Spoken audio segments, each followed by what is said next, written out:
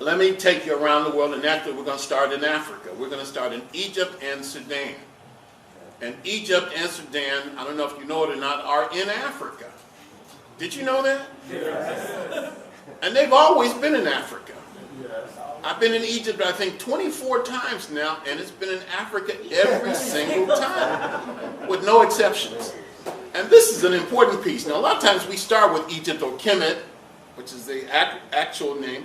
I taught a class last night, and a person asked me, Runoko, Dr. Rashidi, should we use the African names whenever possible? But a lot of us don't know the African names. So we use both the traditional names, or European names in some cases, as well as the African names as we move along. Remember, this is a process. A lot of us develop a bit of knowledge, develop a bit of consciousness, and then have a tendency to look down on people who were just like we were at one point in time. It's easy to be condescending and self-righteous when you get a little bit of knowledge. But condescension and self-righteousness are not a part of the admonitions of my aunt. So what is consciousness? What does it mean to be conscious? Being conscious is more than the clothes you wear. Yeah. Being conscious is knowing is more than knowing the difference between Hotep and Hetepu. Being conscious is more than having a tradition. It's what you do. I never saw Marcus Garvey with traditional African clothes, and he didn't have a traditional African name, but he loved Africa. So stop talking about you know more than everybody else, your religion is superior to everybody else. Judge people not on those things. Judge people on their actions, on what they do every day. That is consciousness. Consciousness is not what you wear. Consciousness is not just having a few words of Swahili or Twi. Consciousness is what you do. Now, this piece is right here in your neck of the woods, not far from here. This is at the Oriental Institute of the University of Chicago. You have resources right in your own backyard. I was at the Field Museum today for the first time. I saw the Egyptian collection in the Field Museum. I pledged myself to see every significant Egyptian collection in the world. And that may sound very ambitious, but I've already done 90% of it.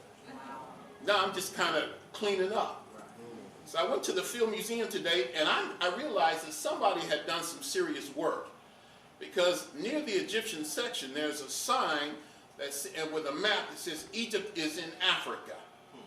Somebody put some pressure on folk to do that. Because you know these Europeans don't want to let up. Even now in 2017, I would imagine the average European scholar, in parentheses, would deny that Egypt was African. So you have resources right here, and I wanted to acknowledge that. Now here, it's, you know, you run into politics too. This is an incense burner that's about 5,400 years old. Okay, it's older than any of us, even me. And this is not from Egypt, it's from Sudan, from a place called Qusto.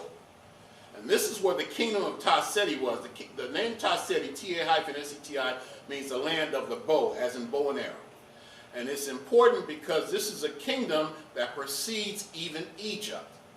So Egypt is very ancient, but there were other kingdoms in Africa that came before that. And this is also important because it says that the impetus for Egypt did not come from Europe, did not come from Asia, but came from deep in the heart of Africa.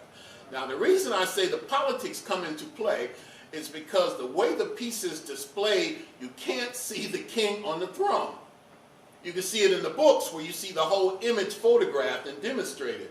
On the other side of it is a man seated on a throne like this one with a crown on that we are later to associate with ancient Egypt or Kemet itself. So the piece is in the Oriental Institute of the University of Chicago, but they don't show you the way it's positioned, the most important part of it. Now isn't that interesting? So the piece is there, but what makes the piece significant is turned around so that you can't see it or photograph it. So we need to put some pressure there too. Because it's not enough just to know, you got to do something with it. I want to make you feel good. But the reason I want to make you feel good is because I want you to do something with that good feeling. Just feeling good by itself is not enough. That's the start. Self-esteem, pride. But what do you do? All right. And then we're going to go right down the dynasty. We're going to spend a lot of time with Egypt. So I hope you're ready for that. I'm going to go fairly quickly and then I'm going to take you around the world. What I want to do is look at classical civilization. One of the things I learned from perhaps my greatest teacher, a man named Ivan Van Sertima. Ivan used to say, you heard of Ivan Van Sertima? Yes. Can't take for granted now. Everybody doesn't know who some of these folk are. You know about Kevin Durant. You know about LeBron and how many points they scored, the kind of dunk he did last night. But the average African American cannot tell you the name of a single African who lived before slavery. So if you know more about Beyonce than you know about Queen Ty, something's wrong. We are not being programmed in the right way. So we'll go through Kemet and we'll go through it fairly quickly and I'll take you around the world. This is a very important figure. This is the person that we call the Scorpion King. We have no idea what this man's name was. But the reason he's called that is because there's a scorpion in front of him. This is also, we're going to go through the dynasties. Do you know what a dynasty is? A dynasty is a family of rulers, one member of the family coming after the other for an extended period of time. Okay? A royal house. And you have 30 dynasties in ancient Egypt, or Kemet, which means the black city or the black community. And of those 30 dynasties, I'd say 25 or 26 were native African dynasties. You do have a few foreign invaders. You have, for example, dynasties 16 and 17 are made up of the people called the Hyksos, the rulers of foreign lands who invaded Africa. And then towards the end of Kemet, you have the Persian invasions. But of the 30 dynasties, I'd say 25 solid are purely African dynasties. And it's interesting in that the head of every African dynasty was a woman. The line of descent is passed through the female side of the family. In order for the king to be the king, for the king to have legitimacy, you had to marry the female in whom the royal bloodline ran. What does that tell us? That women were very respected. And I like that. Now you can measure, if you want to, the great civilization of Kemet because of the pyramids they built, the architecture in general, the temples, the tombs, the monuments, the literature. But you also look at the greatness of a society based on the values of the people in that society.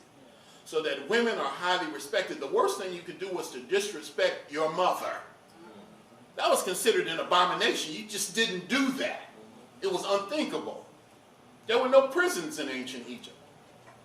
The concept of prison seems to be purely European. There were no old folks' home. It wasn't like you were waiting around to put your parents away. There was no child abandonment there. I've never heard of sexual abuse. There's not a single case of rape in the entire history of Egypt. This is profound. Because if you look at Europe, that's the entire history. Warfare, violence, child abandonment, the abuse of women, so that a dog becomes a man's best friend. That's deep. You cannot even find, and I've only seen one exception, and I'll share that with you today, in the history of ancient Greece and Rome, where you have a man and a woman portrayed together. Do you know Plato, who is regarded as the greatest of the Greek philosophers, thought that a romantic relationship between a man and a woman was a form of insanity. If a man fell in love with a woman or a woman fell in love with a man, it was Plato's idea that they must be insane. Plato's idea of the ideal relationship was an older man and a young boy. So don't you go around talking about, I want a platonic relationship. Sometimes sisters tell you that. Look, you know, I don't want to get too deep. I don't want to get intimate. I just want a platonic relationship. And I guess in their attitude, I mean, in their thinking, that's a non-intimate relation. That ain't what that word means. We should examine a lot of the terminology that we use. Because a lot of us are using cast-off terminology that has nothing to do with the African experience. We're using terms that other people have used and attempted to apply to our situation, and it doesn't fit. All right. So here's Scorpion. This is a bad photograph right here. And this represents my work over the last several years in particular. Spending all my money, traveling all over the world, breaking up relationships to go into these museums and take these pictures.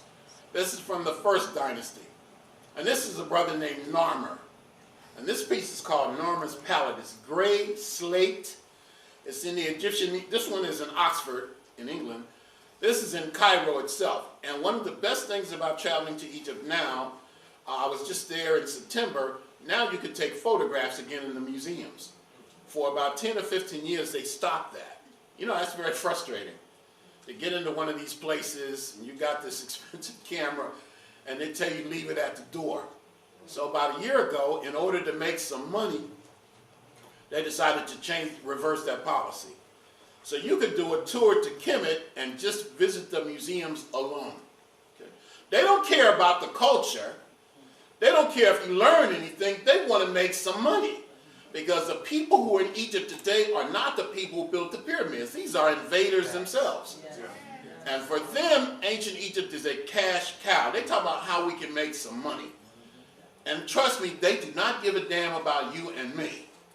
And they treat African Americans much better than they do people on the continent. That's why the situation in Libya is going on.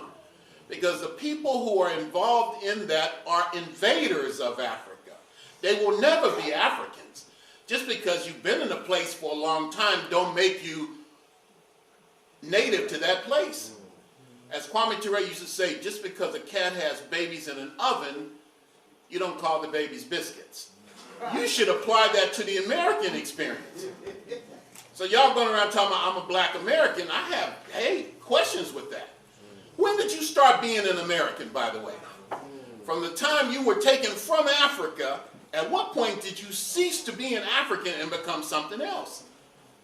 So these kinds of questions emerge in these kinds of presentations. Anyway, this is Narmer, and this is a classical image of an African king with a war club, a mace, about to bust the brains out of the enemies of Egypt. And that's what this represents. Many people would say this represents the unification of the southern kingdom, which we call Upper Egypt, and the northern kingdom, which we call Lower Egypt.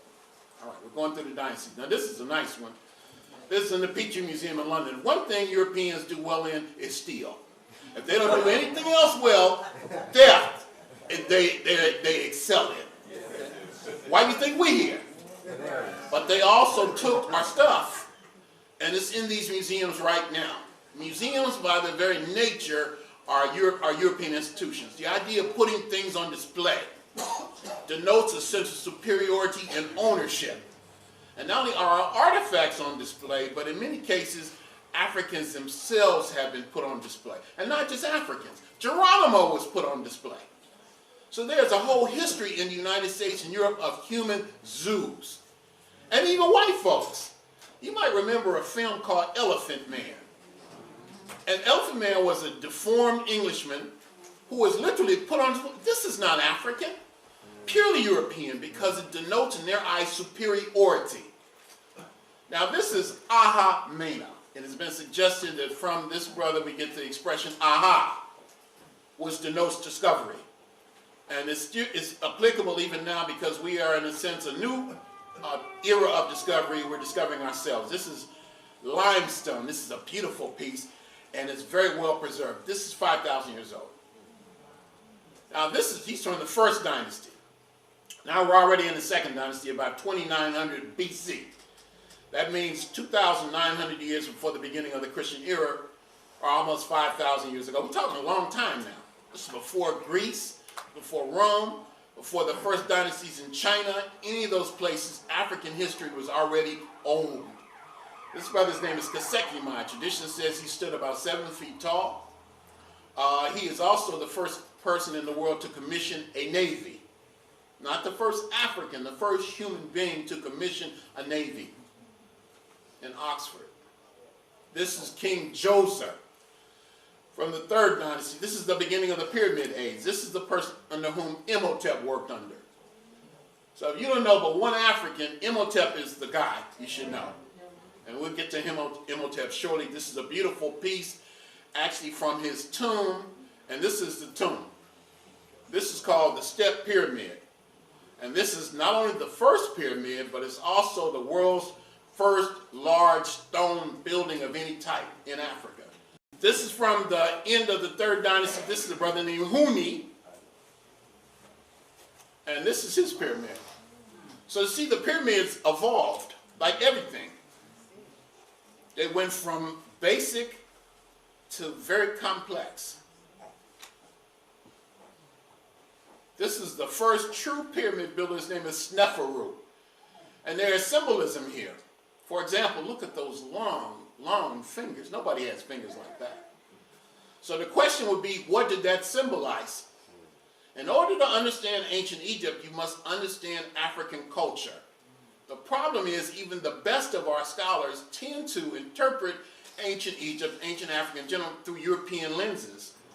Because Europeans have been the ones who have had the ability, controlling the world for such a long time, to go and do the research. They had access to all of these. Those are the ones who wrote most of the books. We were enslaved and colonized. And so now what we are doing is catching up. And a part of that is interpreting African reality through the work of these European writers. Some of whom were honest, most of which were not. This is King Khufu. Khufu is responsible for the Great Pyramid, which is called Khufu on the Horizon. It's probably the most perfect structure in the ancient world. I should have had a picture of it. I don't think I did, because as you can see, I was even working on the presentation when I got here.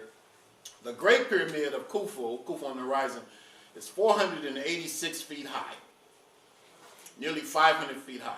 That means it's 48 stories high. Hey, I got it. I didn't realize it was there. And that's me. Runoko Rashidi, legend in his own mind. This, in a sense, gives you some idea, although it's really, a picture can't really capture it. You got to be there to see it. I've been there a bunch of times. Sometimes if I'm leading a group, I'll go off on my own, just to stand there, and I still don't believe it. I don't think there's ever been a time where I haven't pinched myself and said, Runoko, is this a dream or is this real? Did human beings really do something like this? Did black people really do this? It's amazing that we have to come back and remind ourselves that we really did do great things at one time. That we really did have a history before slavery. The stones here, we're talking about 2.3 million blocks of stone. I suppose the average size is about the size of this table, if you can see it. The average weight of the stones are 5,000 pounds each. That's the average weight. Which means some of them might be 100 tons. Okay. Now, one of the two really remarkable things, one is the stone itself came from about 500 miles away. So let's suppose we're going to build something here on the south side, and we have to go to St. Louis to get the building material. Now that's an achievement in and of itself. And then having got the material, you have to put it together. And they didn't glue it together, they didn't use cement. They cut the stones so precisely that they fitted them together like a puzzle. Thousands of years ago. And these were not built by slaves. Let us remind ourselves of that. We know in many cases, even the nicknames of the people who built them. Some of these sisters and brothers had, and you know they were sisters and brothers, based on the nicknames. Nicknames like BB and Mimi and Didi. You know these are black people that we're talking about.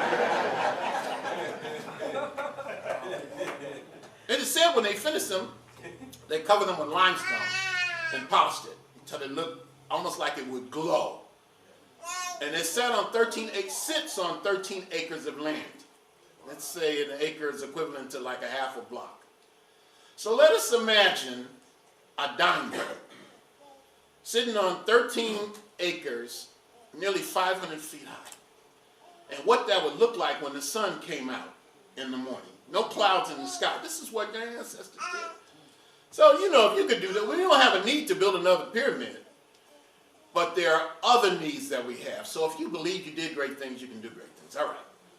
These are just pyramid builders right here. I shouldn't minimize them by saying just pyramid builders, but there's so many.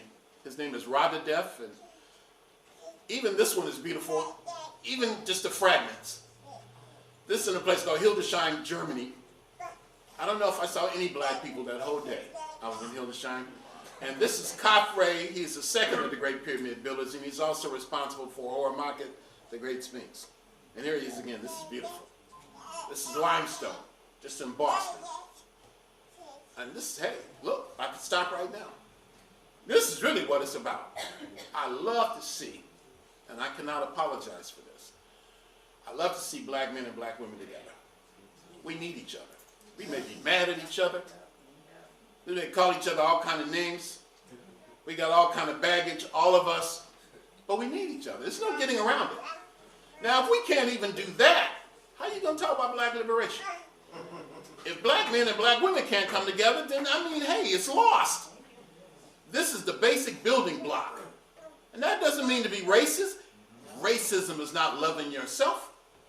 That's called self-preservation. That's called common sense. We should all want to be with somebody who looks like us. If you knew your history, she's not behind him, she's next to him.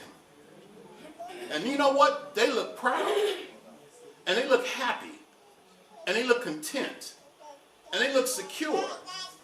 This is what I call noontime love. This is from the 5th dynasty. This is one of my favorite kings. His name is Sohura. I love that. Dynasty 5. This one, I don't know. I may put it in my new book. I'm working on a book called The Black Image in the Ancient World. Now, what am I calling it? Beautiful World and Divine, The Black Image in Antiquity. And it's just images. My publishers really want me to finish it. Images from the museums. So I don't know if this is going to fit. His name is Usere. And this is from the 5th dynasty. It's not the best photograph, but something about it draws me. Now, this is from the 6th dynasty. Here you have an African queen and a female aspect of God, aka goddess. This one is important because it's the first image that I know of in the history of Kemet where you see a pharaoh, a king, painted black. Now, these are black people we're talking about. This is Africa. These are black people that we're talking about. But black is also symbolic. What did it symbolize? In ancient Egypt, black symbolized deification. It symbolized divinity. In other words, black was the color of God. And every now and then you will see a pharaoh, a king, and sometimes a queen mother painted black. That means they were highly significant. This one is 4,000 years old. His name is Nepeped-Ra Mentotep II. All right. The same king, and this is one of his wives. Now, the king, for political reasons, for diplomatic reasons, might have numerous wives, but there was always the great wife, the great royal wife. And some of these sisters and brothers were really very much in love with each other. I mean, romantic, mad, crazy love. The kind that I guess we all aspire to have in our lives. Now look at that little short crop haircut she's got right there. And this is either her or one of her sisters right here. Now here you see a perfect role reversal. Now, this is the way most women in Europe, in Kemet were portrayed. Not that they were non-African, but the light color represented class. It meant you didn't work in the fields, you didn't work in the sun. You lived in the house, you lived in the palace or in the temple. Look at the afro in this brother. This is 4,000 years old. This is in a museum in Portugal. And this is from the 12th dynasty. Look at the hairstyle now. And you can see that it was originally painted much darker. On his forehead is called a uraeus. This was a symbol of rulership. This is the largest sphinx in the world outside of Africa. The sphinx usually had the body of the lion and the head of the king. It is said that it represents man or humans conquering their Lord nature. This is a man named Amenhotep II. This is in the Louvre in Paris. This one I photographed in September in Cairo. This is a bad brother named Senusret III. He reigned for 38 years. And here is the same king, and I love this piece in spite of the fact that it's badly damaged. This is in the Louvre in Paris. This brother is supposed to have conquered all the way to the Caucasus Mountains and left an army there. Look at this one. Now this is my favorite king and his boy. We got folk came out today. You guys must have thought there was something going on here. You came for a lecture? Really? Who says black people aren't interested in their history? We should destroy that myth. And you know what? I think this is the key. That we can tap into this. Everybody wants to be proud of themselves. Everybody wants to feel like they came from something, somebody. Am I wrong? I don't care how wealthy you are or how poor you are. Everybody wants to be able to poke their chest out and lift their head up and say, I'm proud of who I am and where I come from. And this is we talk about black people need to unite. That's the basis of unity. Not just oppression, but history. The sense that we come from something or somebody special. This is Nama Red Amenhotep III. This is a bad brother right here. He reigned for 45 years. And he had 2 pyramids constructed. And his daughter became the pharaoh. And this is a piece where it looks like he has locks. This is in Cairo. And there's the same king. I'm going to show you several images of him. Look at those big Barack Obama ears. The idea was the bigger the ear, the more you heard. And the more you heard, the more you would know. And the more you knew, the more power you would possess. They said ignorance is evil. Here people run from knowledge. We are told ignorance is bliss, it's happiness. You don't want to know because with knowledge comes responsibility. You might even have to change your lifestyle once you get some information. A few months ago, I went to the doctor. He says, look, you're diabetic. Well, what? I knew I had gained weight. I knew my diet was wrong. I knew I was spending too much time in KFC. But when the doctor tells you that, it really, hey. He says, but you need to lose some weight. So I lost 30 pounds. You see, I embrace that. Because with knowledge comes responsibility. Otherwise, you're going to die. This is it, Cambridge University. And this is another one of the same king in the Louvre. And look at this one. This is not the greatest piece of art, but look at how African he looks. Now, if I know this, if I can scramble around and go to all these museums, you know these European scholars know it. So we've been lied to. We've been bamboozled. We've been sold a bill of goods. We've been told we didn't do anything when all the evidence to the contrary. Look at that, brother. And here he is again. I love this. So world weary. Look at those bags under his eyes. And that was the image that they wanted to portray. A man of the world. This is in Copenhagen, Denmark. All right, God willing, I'm going to go back next month. Look at this one. Now, this is in Hanover, Germany. I photographed this in September. There's not even a caption to tell us who this is. But look at that happy-to-be-nappy hair. Look at it. All right, let's talk about the sisters a little bit. This is one of the baddest sisters of all. If I had to say rank the top 5 black women in history, this sister would be in the top 2 or 3. Her name is Amos Nefertari. She was deified during her lifetime. A set of prayers were written for her that were in effect for hundreds of years after her death. And I'm going to show you more of her as we go along. She and her husband are the co-founders of the 18th dynasty. Now, the hardest part was trying to figure out which images I wasn't going to include. I have about 150,000 photographs. This is her son. Isn't that a beautiful piece of art? Even if you disagree with everything I say, what you might do, the art is beautiful. This is a brother named Tutmos I and a woman named Queen Amos and the child that they produced, who is Makare Hatshepsut. Now, she's perhaps the most powerful woman in the ancient world. She was actual pharaoh for about 20 years. Now, she wasn't supposed to be. Her father was pharaoh. Her husband was pharaoh, king. But her husband was sickly and died at a young age. Now, Egypt had undergone an invasion by a group called the Hyksos. And it lasted for over 100 years. So these Africans say, we ain't never going to let this happen again. And so, normally, her nephew would have been the king, but he was only about 9 or 10 years old. There were several boy kings besides King Tut. So they agreed that she would run things until he was old enough to be the king. And once his sister got into power, she said, later for that. I don't care how old he is. In fact, I'm going to come up with a story.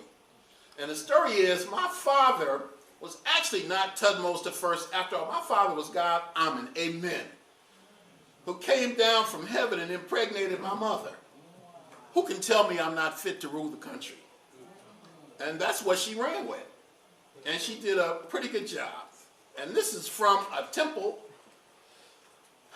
at a place called Deir el-Bahri. And look at this sister in the middle, this full-figured sister. She is the queen of a place called the Land of Punt. And this is in the Horn of Africa, East Africa, and the people of Kemet thought this was God's land. Here's a very tender one. I like the tenderness here. This is Hatshepsut's significant other.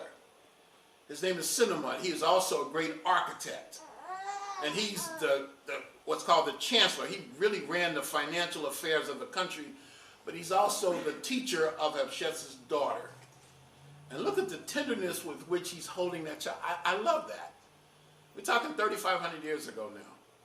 And look at the shape of the head. We'll talk more about that in a moment. This is maybe the most powerful pharaoh of them all. His name is Thutmose III. He reigned for 54 years. This is Hatshepsut's nephew. Yes, he finally came into power. He ruled altogether for 54 years. He's a little guy, short brother with a big head. He reminds me of somebody I know. And he's a warrior king. Tradition says he conquered 105 nations. And he led 17 military campaigns in person. Now you have an idiot in the White House right now, a lunatic. Can you imagine him at the head of an army? But back then, the king actually led the troops into battle. He had to be a pretty tough person to do that. And this is Amen himself. Now, I no longer use words like gods and goddesses because I think that's a European concept. Africans always understood that God was one, but there were different aspects of God. God manifested him or herself in different ways. Strength, fertility, intellect, artistry. These aren't gods and goddesses. These are aspects of God. And this is Amen, who is probably the most powerful aspect. And this is where, obviously, we get the word amen. From Africa. And he's painted black. Ain't that something? Now, I would imagine the average Negro minister, if you said this, he'd say it's time for you to find another church home. Because we're just not programmed to think that way. The church used to be, and in some cases still are, very progressive institutions. But in many cases, the churches are at the rear of the struggle. Not at the beginning. This is a man named Amenhotep II, and this is Amenhotep III. This is the father of Akhenaten, the grandfather of Tutankhamun, the father-in-law of Nefertiti, and the husband of Queen Tai. He is called Egypt's dazzling son. He is called Amenhotep the Magnificent. And I'm going to show you several images of him. This is from Berlin, in Cleveland, in London. Look at that. Look at the hair. Back in Berlin, in Cleveland, and this beautiful one right here is in the British Museum in London. But what good is a king without a queen? And so this is Queen Tai. He selected well. They met when they were teenagers. He was about 17, she was 15, and they fell in love. And you see them together a lot. Which is interesting because she is not of royal birth. She is what we would call a commoner. But Amenhotep III must have really been strung out. And this is his queen. Look at this sister right here. As a young woman, look at that. This is in Florence, Italy. Look at this. This is about this big. I took a very good photograph, if I do say so myself. Okay? And that's the one right there. This is the one that you're not going to see on the History Channel. On the Discovery Channel, Learning Channel, you sure ain't going to see it on BET. This image should be burnished in all of our minds. This is what women in ancient Egypt look like. And she looks serious. Don't play. Don't take no mess. All right. Where's that one? It's in Berlin. And it's small enough to fit in your hand. Yeah. If you like, as we move along, I'll show you one with the top. Because it's a long kind of extension on top of her head. It's made of wood. 3,400 years old. Now, how would you do that? How could you carve something that would last for so long and be in such a perfect state, almost like she could talk to you? This couple was so powerful that their imagery and status remained generations after they physically died. Now here you see what's called a stela from a tomb of this man right here. And that's Queen Ty and Amenhotep III up above. That's what I call eternal love. And I love that concept. These are two of their daughters. These are masterpieces of art. This is the high point of ancient Egyptian art. And I just compare it to these sisters in Ghana right here. These students. These are girls. Now, in a lot of schools in Africa, Ghana in particular, I know Zimbabwe too, I've seen it personally, they make the girls keep their hair cut short until they're about 15 or 16. That way, that's not an issue. I know this is going to shock you, but they go to school to learn. It's not a fashion contest. Nobody wears Air Jordans. Nobody's pants sag. They go to learn. They think, I know this is astonishing, this is one of their sons. And you can compare it to this photograph I took over the summer with this little boy from Namibia. Now here is the one from ancient Kemet, and here's this child in Namibia. And what an attitude this young brother has. Look at that look in his eyes. These are poor people who have not converted to Christianity, not converted to Islam. Sometimes they walk around stark naked, but you've never seen a people so proud and so dignified. You have to ask their permission to visit them. And then when you do, generally they don't pay any attention to you. I love it. Look at that. This is Akhenaten. Akhenaten is credited with being the first man of nonviolence. And he changed the style of art. Look at these images right here. Look. All right. Thank you very much. Look at these beautiful pieces. Look at this one right here. Looks so lifelike. A sphinx of that brother. And of course, Nefertiti. Not the Nefertiti that you used to sing that makes her look so European. And it may not even be Nefertiti that we're talking about that piece. There's a lot of questions about that piece in Berlin. And look at those lips. Beautiful lips, just made for kissing. See, I'm a heterosexual male. I don't apologize for that. Family portrait. And another one. Look at those big-headed children. Let me show you some more of those. Now look. And look at that one. And look at this one. These are not aliens. They thought that was a form of beauty. And apparently they would do that from the time they were young. There's a group in Africa right now called the Mangbetu in Central Africa that still do that today. To me, it's beautiful. These are called the Amarna princesses. Amarna was the new city that Akhenaten developed. Now here's one of those girls, and here's another one. I don't know if it's the same girl portrayed twice or two sisters. And then here, these are all from the same period. This is called, in the museum in Berlin, A Stroll in the Garden. And this one of King Tut and his wife. So you see this consistently. Men and women together. Not women subordinate or inferior to the male. All these are Tutankhamun, but here's one you may not be used to seeing in King Tut. And here's another one.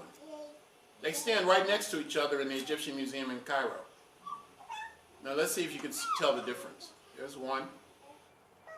And then they look very similar, but they're different.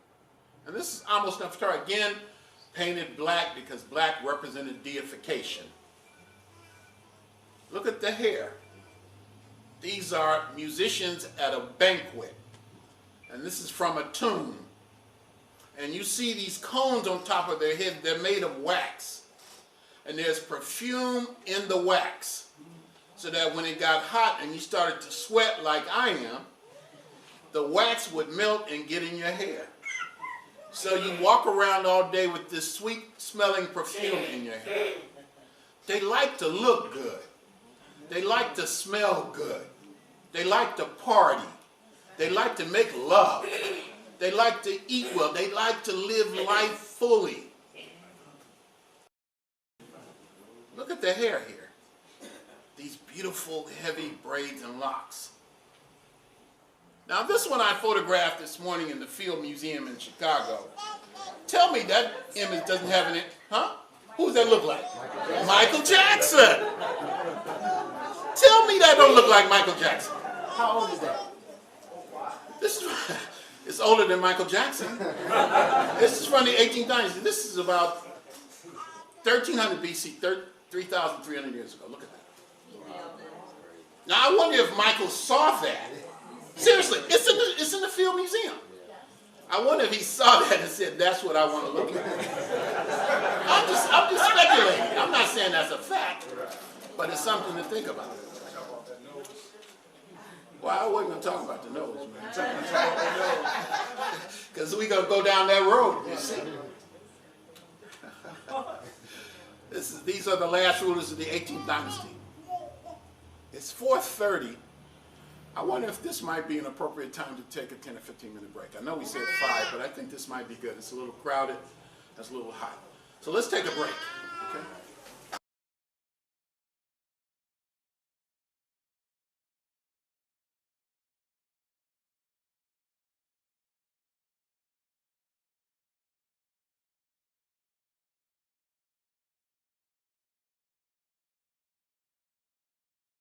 And I wish on all the rainbows that I see. And I Now this is Seti the first II up here, and this is his son, the person who is to be called Ramses the Great. And he's a little boy. I talked about family and intergenerational transmissions of wisdom. So here you see the father and the son before 2 priests. Over here is, look at all these symbols. This is an ankh right here. This is called the key of life. I have one around my neck. It symbolizes male and female union. Over here, it doesn't appear to be an ankh, but an actual cross. So sometimes you see both symbols together. Sometimes people say the ankh is the precursor of the cross. I don't think that's true. The cross is a very ancient symbol before Christianity, by the way. All right? There he is as a youngster, Ramses the Great. Look at the scalp lock. And again, that same little child with the attitude from Southern Africa. This is just to show that Egypt was African. It wasn't from the Middle East. It wasn't European. It wasn't Asian. It was purely African. These are all of Ramses the Great. This bad brother right here. He reigned for 60 years. Had close to 300 children. At least his wives did. He played his part. He signed the world's first peace treaty, but he is also a warrior king. This is in Manchester, England, and this is in Warsaw, Poland. Not a lot of black people in Poland. Look at the hair. The crown that simulates human hair, a human hair that simulates the crown. Whereas this Budapest, these are all the places that I've been to get these photographs. Budapest, Hungary. Look at this gigantic statue. The picture doesn't do it justice. This is an enormous statue of Ramses the Great at a place called Mit Rahina. That's the Arab name. The European name is Memphis. Not Memphis, Tennessee. Memphis, Egypt. And this is a gigantic outdoor museum. And this is a giant statue of Ramses the Great. Usamare Ramses II. This is Ramses the Great in the white, and Nefertari, his great love, in the brown. Again, the colors are symbolic. In this case, just the choice of stone that they chose to use has nothing to do with ethnicity. But I call this eternal love.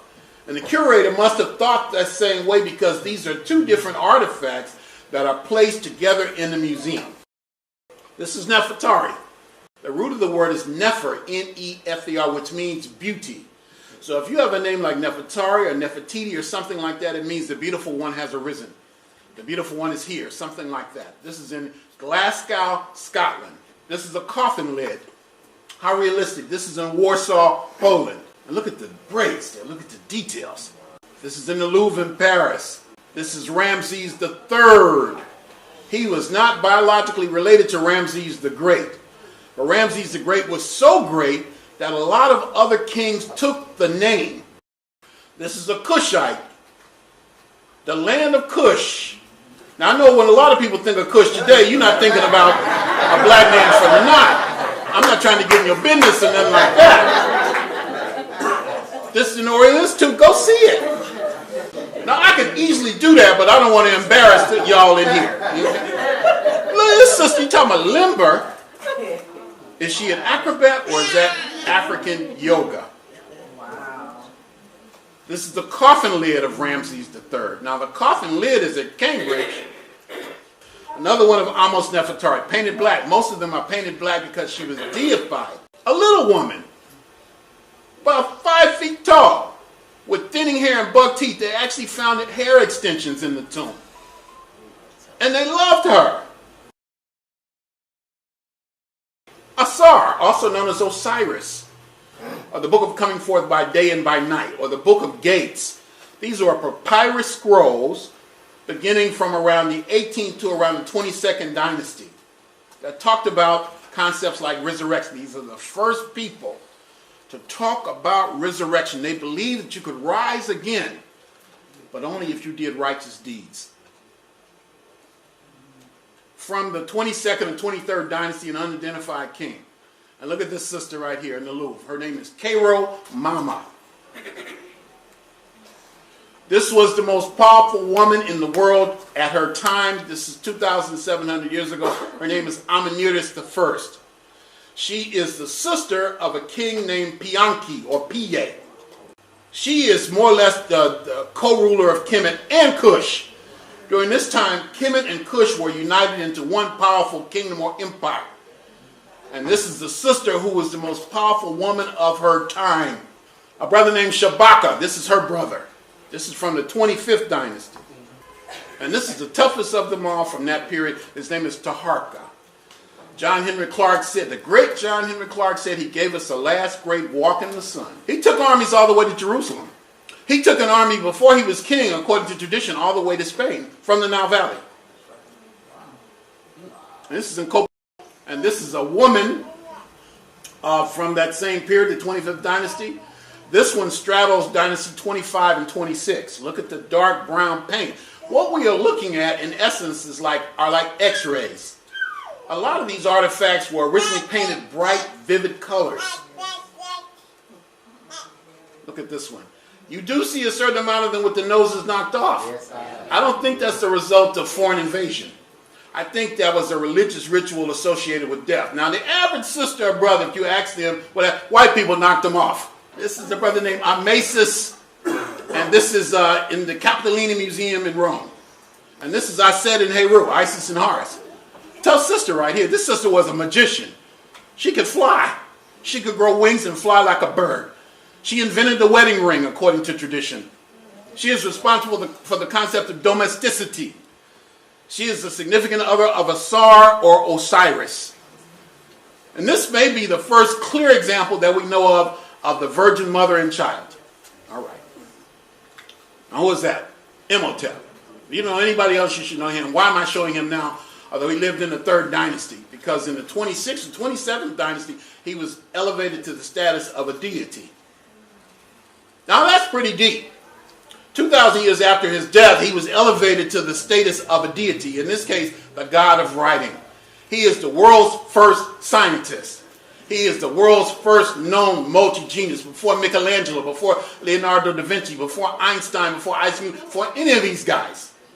Our brother reigns supreme, the father of medicine, the world's first architect, etc., etc., etc. He was so powerful during this period of time when the Africans had libation ceremonies. Libations is when you take a drink. It could be gin, it could be snaps, it could be water, it could be any of a number of things. And you pour it in the ground and call on the ancestors. During this time, other African writers, before they would write something, had their own libation ceremony. They would pour ink in the ground and ask themselves rhetorically, could there ever be another like Imhotep? That's pretty lofty praise. 2,000 years after, this is from the 30th dynasty, the last native dynasty. This is either Nectanebo the first or Nectanebo the second, we don't know which. And he is the last native ruler of Kemet. And then you go into what's called the Ptolemaic dynasty, which is established by the Greeks, the Macedonians, the Yugoslavians, we could say. Now this is not an African. This is not a black man. But the influence of Africa was so strong that he must portray himself as an African to have legitimacy. Just the opposite of what we do today. Why must you be liked to be considered beautiful? Why must you put on somebody else's hair to think you look good? And in Africa, it's taken to another extreme. People are bleaching. They say, I don't want to look white, I just want to look nice. What is it about lightness, whiteness, that appeals to us so much? You know why? Because Jesus is white. God is white in most of our minds. That's the ultimate form of colonization. The color of God, which you attempt to imitate. And the sisters say, I don't necessarily want to wear that weave, but that's what I got to do to be successful. That's what I got to do to have a man. That's deep. And then we pass that down from generation to generation. No wonder we do crazy stuff. We are crazy because the environment is crazy. It's stressful. The biggest killer of black people is stress. It's on us all the time. I feel it when I leave the United States and when I come back. When I come back to the United States, my antenna go up automatically. I love black people more than black people hate themselves. That's deep. To love our people more than they hate themselves. Because the average African ain't talking about black liberation. You must think you are crazy sometimes, and you're right, to want to liberate a people who see no need for liberation. Anyway, that's Cleopatra and her son. Now, let's leave Egypt. This is from Kush. This is from Kerma. This is from Sudan. I took this picture last summer. And these are some of the great kings of ancient Kush. One of the Kushite kings. And another, this is a Spelta. Look at these two powerful Kushite kings. This is in front of the National Archaeological Museum in Khartoum, Sudan. Look at this Kushite prince. This is in Worcester, Massachusetts. This is a queen mother called a Kintaka. Her name is Amani Sheketo. She is a queen mother. They were very powerful, as black women should be treated. All right. And this is just Julie from her tomb. One more piece. This is called the Ishango bone. This is about 25,000 years old, 25,000 years old. This is found in Central Africa. This is one of the most ancient counting sticks in the world. There are notches carved on the bone in sequential order.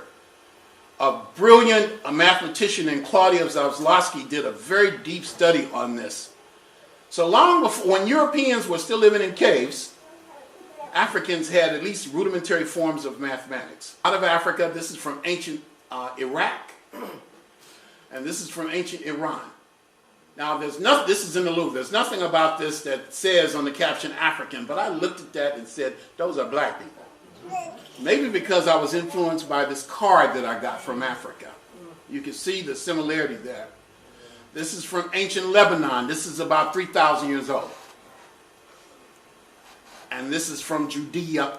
This is from the kingdom of Lachish, captured by the Assyrians in 700 BC. Look at that happy to be nappy hair. Look. Now tell me those are not black people. I dare you to tell me that. Look at it. Our history has been so suppressed. Why? Because we haven't written our history. From ancient Iran and ancient China. This is from the Shang dynasty in China. A libation vessel of a tiger protecting a little black man at the dawn of Chinese history. Let's spend some time in China. This is a bodhisattva, a person who has achieved a Buddha-like state of enlightenment. This is in the Tang dynasty. And this is in the Tang dynasty in China. So let's go down, let's start. Shang dynasty, Tang dynasty, another one from the Tang dynasty. Why is the Tang dynasty important? Because it's a classical era in Chinese literature and art. And then the Yuan dynasty. This is the dynasty established by Kublai Khan. And then last but not least, the Ming dynasty. So we can identify clearly, distinctly black images in at least 4 Chinese dynastic periods. This is not just a black man. This is Bodhidharma or Dao Mo. He is the person credited with inventing or introducing Zen Buddhism. He's the person who supposedly took martial arts from India to the Far East. There he is. That's a Chinese porcelain. That's not an African porcelain. That's from China. It's over 500 years old. Look at him. I could have modeled for that if I took my glasses off and put something on my head. And what about Japan? There are 2 Japanese proverbs that go for a samurai to be brave, he must have a bit of black blood. Another version of the proverb goes, to make a good samurai, half the blood in one's veins must be black. Nobody has black blood. So we assume that has an ethnic connotation. There's a tradition that the first shogun of Japan was a black man. Now this is Fudo Maya. Fudo Maya is one of the patrons of the samurai. His name means the immovable. And he's one of the major figures in ancient Cambodia. Now look at these. These are for Vietnam. These are 1,000 years old. And another one. Not my best picture. That one's pretty good. Now the first two were images of the Buddha from Vietnam. Look at that happy to be nappy hair. And this is Vishnu. And this is the Hindu deity Shiva. These are all from Vietnam 1,000 years ago. Look. These are in a museum in Da Nang, Vietnam. One of my favorite places to explore right now in terms of the ancient presence of black people in the Far East. Just look at the features. Like Bantu knots. This is from the Divarati period in Thai history. Look at that. And look at this one. And look at that. See, we haven't studied this. The African diaspora didn't start with slavery. Black people began migrations out of Africa thousands of years ago. How about Europe? Look at this image right here called the Venus of Willendorf.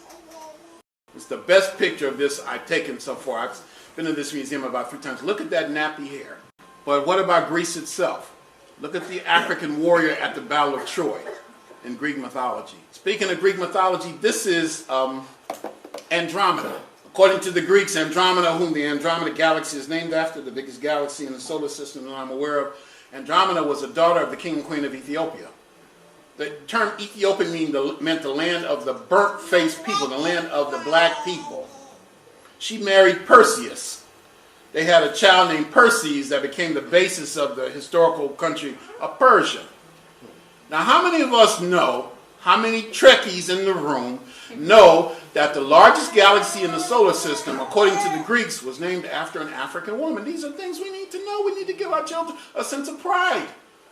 We are the founders of humanity and civilization. We got nothing to be ashamed of. This is before slavery. All right. African youth in Rome, Marblehead 2,000 years ago. Look at this one right here in Hanover, Germany. This is from ancient Rome, a Nubian in Rome. This is from Spain, 700 years before the Moors invaded Spain. This is from Osuna, Spain at the beginning of the Christian era. This is a black knight. One of the few images not from a museum. I couldn't help myself. This is Saint Maurice. This is from a church in Germany in 1240 AD. He became patron saint of the Holy Roman Germanic Empire.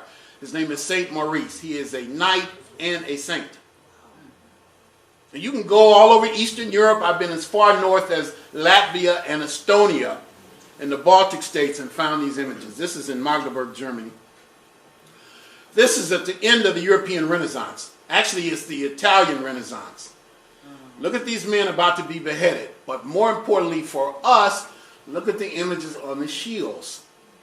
The heads of Moors. This is about 1350, almost 700 years ago. And then this one, the last one from Europe. This is done about 1485. This is in Berlin in a place called the Gamalda Gallery. Why is this one important in this scheme of things? Because this is just before the advent of the transatlantic slave trade, which would change everything. It changed the power dynamics in the world. It changed the world. It changed the way the world came to see Africa, and our Africans have come to see themselves. This is the last time when you see clearly an African and a European portrayed on levels of perfect equality. So we are the victims of the slave trade. And that's why we wanted to show you history before the slave trade. Our history didn't start with Chicken George. Now let's finish up with the Americas. This is from Guerrero, Mexico. This is 3,400 years old. This is a little head of an African at Princeton University. But mostly what we know about the ancient African presence in the Americas is from the Olmec civilization, and what stands out the most are these magnificent heads, of which we've been able to see 20 or identify. I've seen all of them, photographed all of them. Last time I was in Mexico, which was in August of this year, I was told they had recently found 2 more heads, but that they were small ones, but that the people found it didn't want to tell the government, because if they did, the government would come and get them. This one is called El Rey, the king. And here's another. I'm going to show you about 8 of them. Look at this one. This is one of the smaller heads. These are 3,000 years old.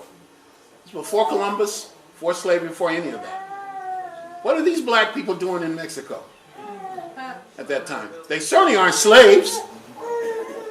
Some of these heads weigh 100,000 pounds. You would not erect a head of 100,000 pounds to an enslaved person. They must be a person, maybe even a deity. But they must have been very significant. Now, you know where we get most of the resistance to this is from Mexican scholars. We're saying, we're not going to let you black people take our history from us.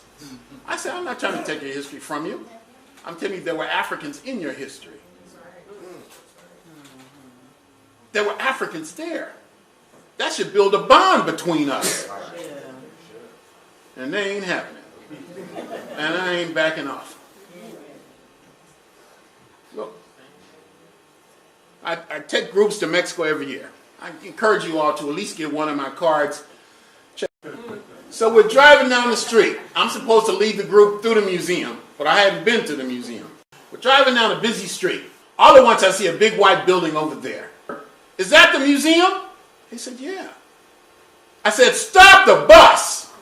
This is like a huge street. And he looked at me like, is this guy on drugs? Has he lost his mind? I said, stop the bus now. Let me off. I told the tour guide, I said, look, I'm going to the museum. I'm going to become familiar with the artifacts. And then you bring the group.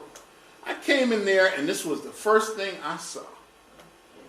And I sat down next to that head and just stared at it for a while. That old man head seemed to say, Runoko, give that guy the middle finger. Anybody who looks at this and says, I'm not African, there's no evidence you could ever give them that would make it, because some people close their minds like you close a window or a door for fear that a new idea might come in. And I fell in love with that head. This is 20 tons. Look, this was the last one I found, the last of the Olmec heads that I was able to identify.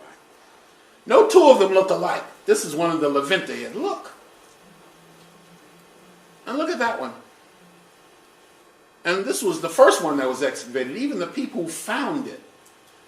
It was first identified in 1868 or 1869. The person found it said it looked like an Ethiopian. Then it was excavated in 1938-39. The people who identified it, dug it up, said they nicknamed it Joe Louis. This was the first one that was excavated. And this is the companion to it. This is the one with the braids in the back. Look. Somebody imagined that? You dreamed that up as just a style of art? This is what we need to tell our children. But it's not taught in the schools here. And it's not taught in the schools of Mexico, although it's right there. So I keep saying again and again and again, it's our job. We have to do this. This is called El Negro, the black. That's what the peasants who dug it up called it, the black. All right. This is from the Mixtec civilization. This is at the Fine Arts Museum in Houston, Texas. Look at those, look at the hair. Look at the beard.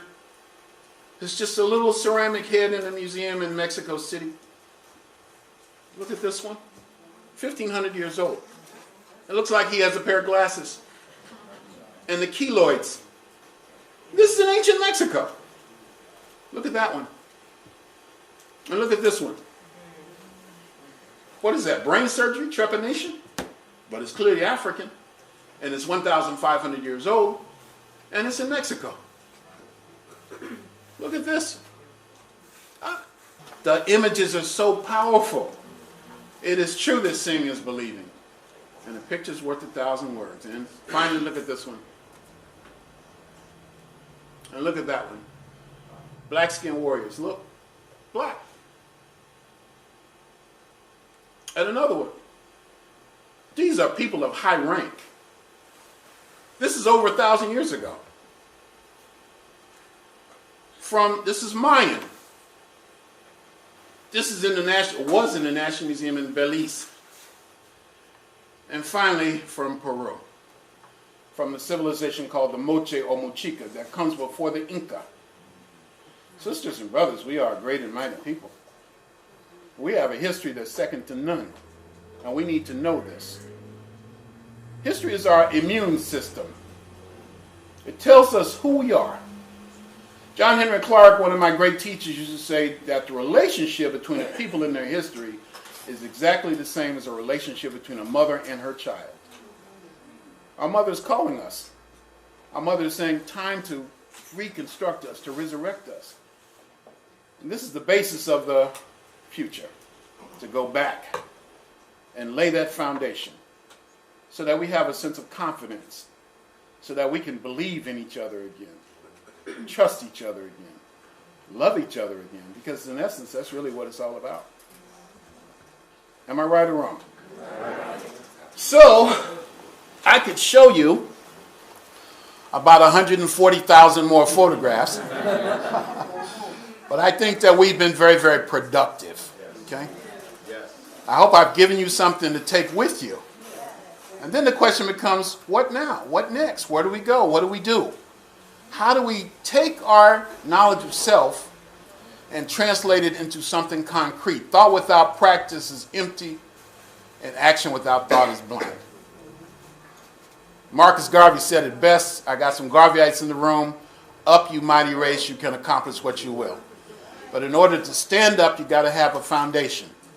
You can't hate the roots of a tree and not hate the fruits of the tree. So that's my message to you today.